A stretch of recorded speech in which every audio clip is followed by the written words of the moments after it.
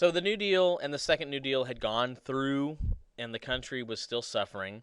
So there was a lot of criticism of the New Deal, and it began to grow stronger. And Roosevelt was elected to office for a third term, but the New Deal was weighing heavy on him, and we'll talk about some of the limits of the New Deal here.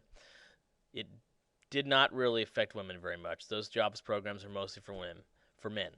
New Deal programs helped very few women. Didn't really affect African Americans because New Deal programs often discriminated in hiring.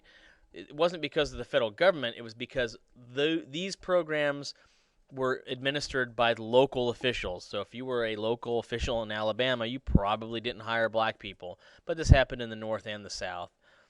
A national anti lynching law did not get passed, much to Roosevelt's chagrin, much to his disappointment. African Americans, however, did love Roosevelt because this guy showed compassion and he looked like he was trying to help. New Deal programs did supply some programs, but not as many as it would have for some other groups in the country. And again, his compassion, his ability to connect with people really did affect African Americans, and they voted for him. And this is a time in history where African Americans had traditionally been Republicans because of Abraham Lincoln. They began to switch to the Democratic Party during this era. Criticism, a lot of people thought the New Deal went way too far, created too much power for the government, led by a group called the American Liberty League. The rich didn't like him. He raised their taxes.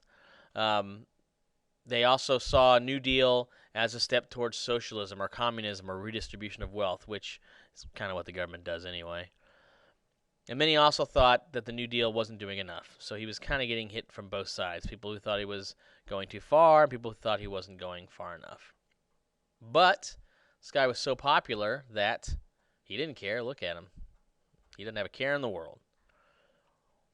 Father Coughlin was one of the most outspoken critics of the New Deal and FDR. He was a priest on the radio. He despised the New Deal. He began making openly anti-Jewish remarks that eventually became pro-Hitler remarks. And once World War II started, and once we found out exactly what Hitler was doing in Europe, especially to the Jews and other minority groups, he kind of didn't. His popularity did not last. Another critic of the New Deal was Huey Long from Louisiana. He was a governor and then senator, and he wanted to actually collect the wealth and redistribute it to everybody. So you had on one side, on the conservative side, Father Coughlin, and on the liberal side, Huey Long coming at him.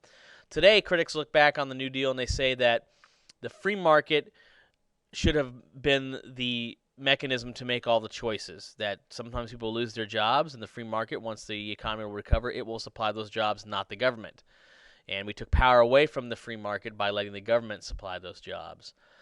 In a free market, competition decides who works and who doesn't work, which companies survive, which companies don't survive.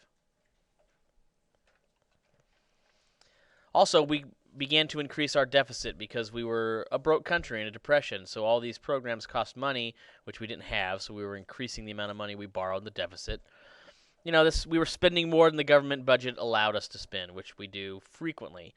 And we had to borrow money to get these programs off the ground.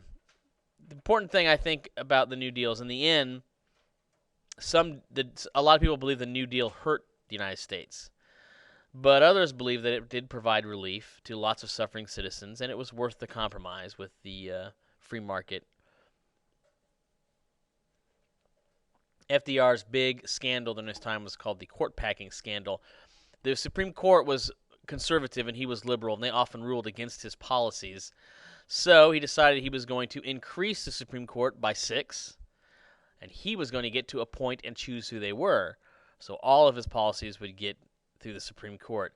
Of course, his effort failed because the Constitution of the United States requires 9, not 15 Supreme Court justices, and you would have to change the Constitution to get that done, and he couldn't get it done, and laws wouldn't work. So it was one of his big reaches for power, which didn't work.